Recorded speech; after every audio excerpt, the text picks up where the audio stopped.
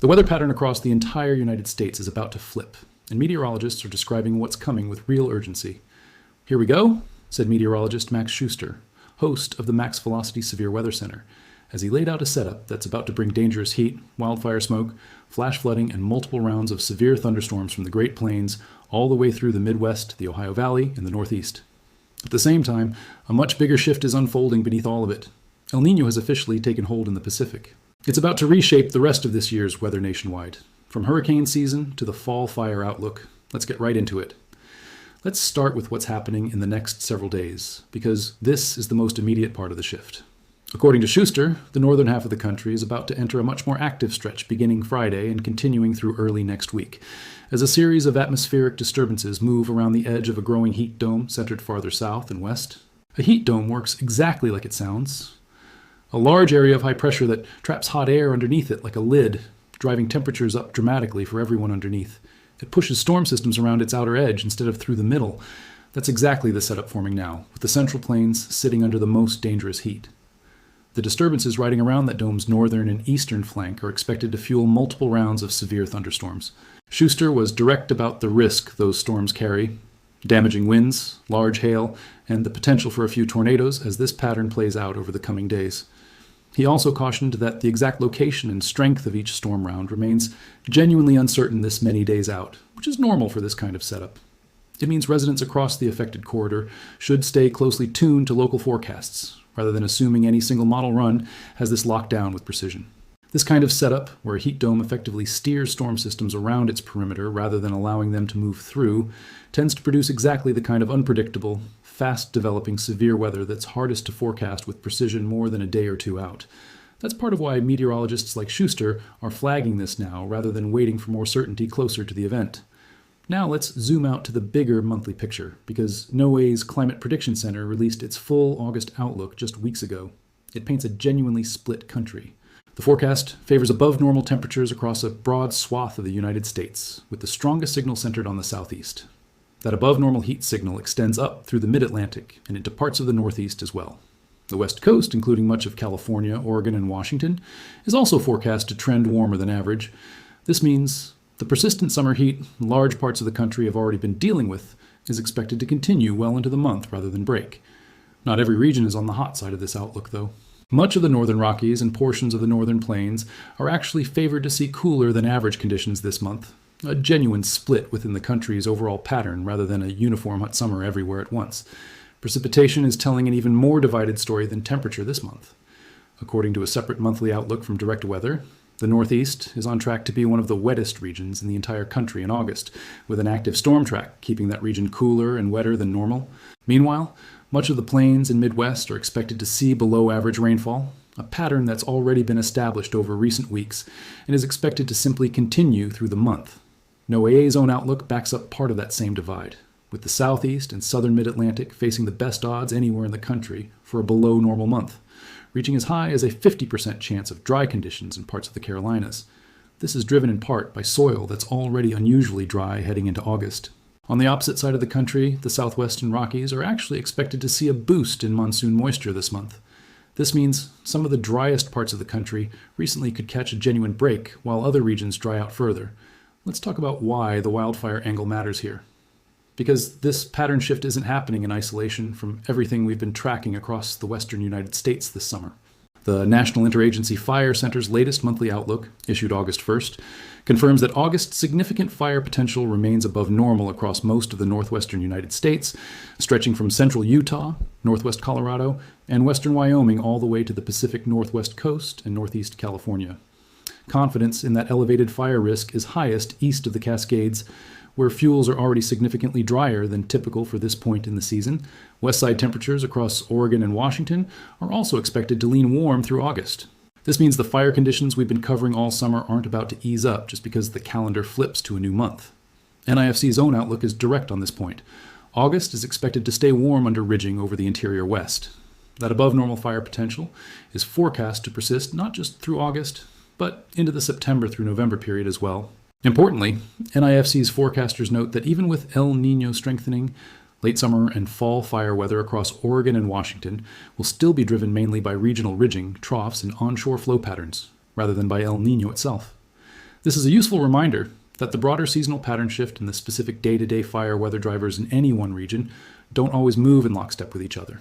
Now, here's the part of this story that reaches far beyond just this week's forecast, because underneath all of these regional patterns sits something much bigger reshaping the rest of 2026 entirely.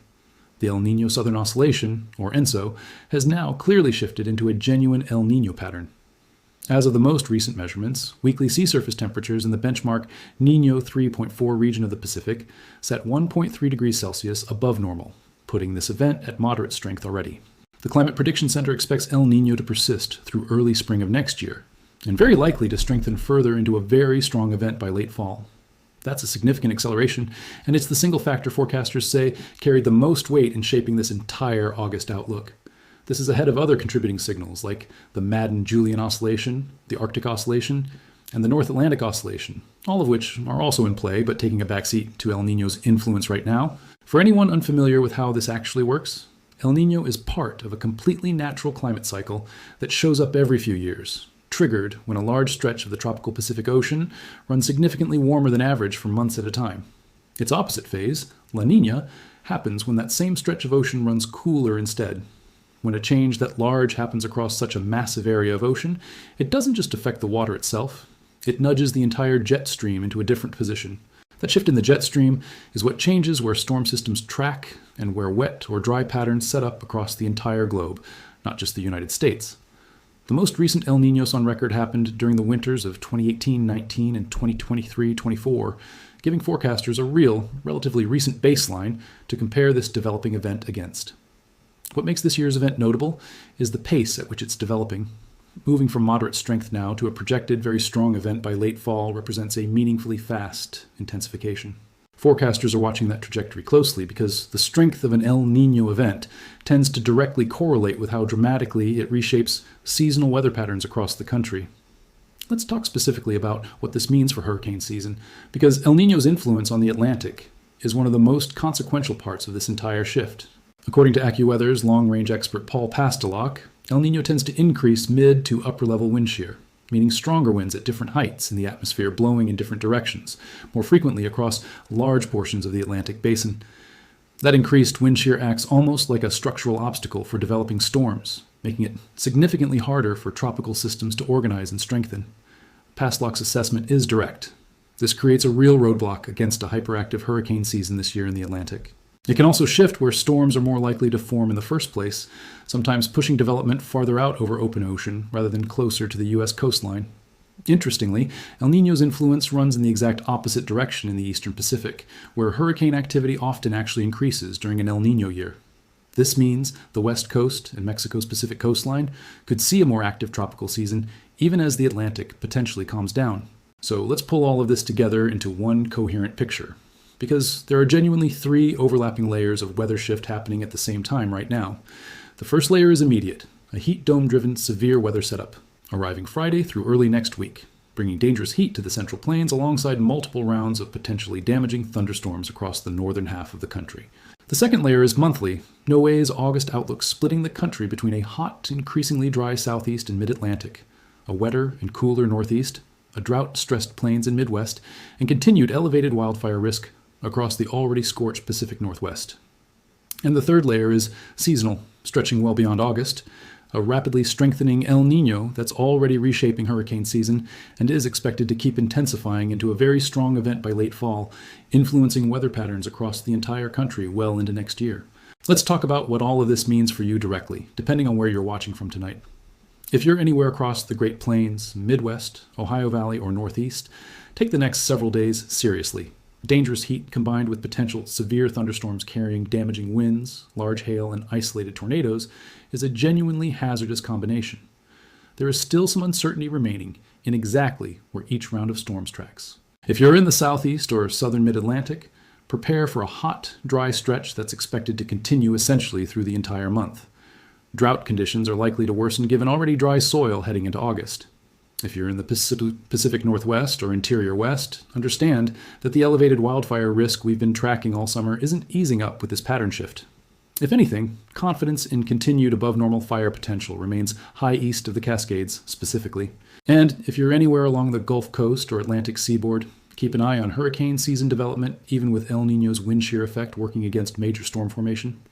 Forecasters have been clear that tropical systems remain one of the hardest parts of any August forecast to predict with confidence this far in advance.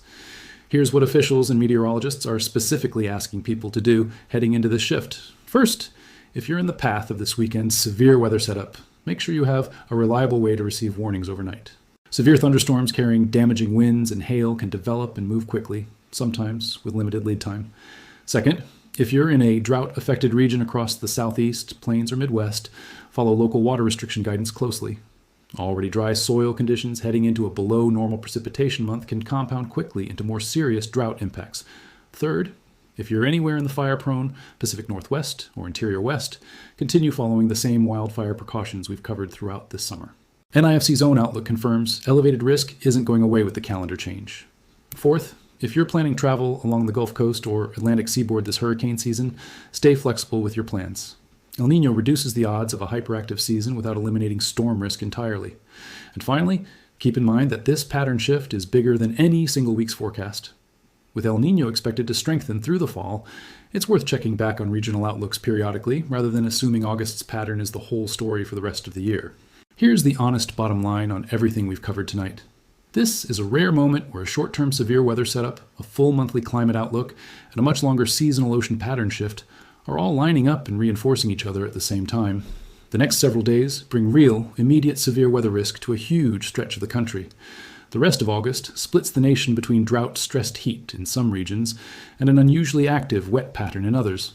And underneath all of it, a rapidly strengthening El Niño is quietly resetting the table for how the back half of this year plays out nationwide.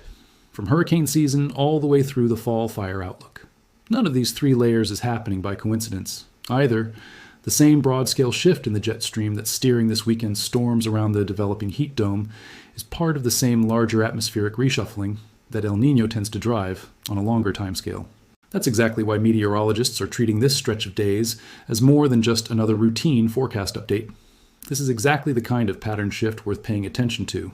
Not because any single piece of it is unprecedented on its own, but because of how many pieces are moving together at once. I'll be back with updates as this weekend's severe weather setup develops and as El Niño's strength continues to be reassessed through the fall. If tonight's breakdown helped you understand what's coming, hit subscribe and turn on notifications so you don't miss the next update. Stay safe out there and take care of each other.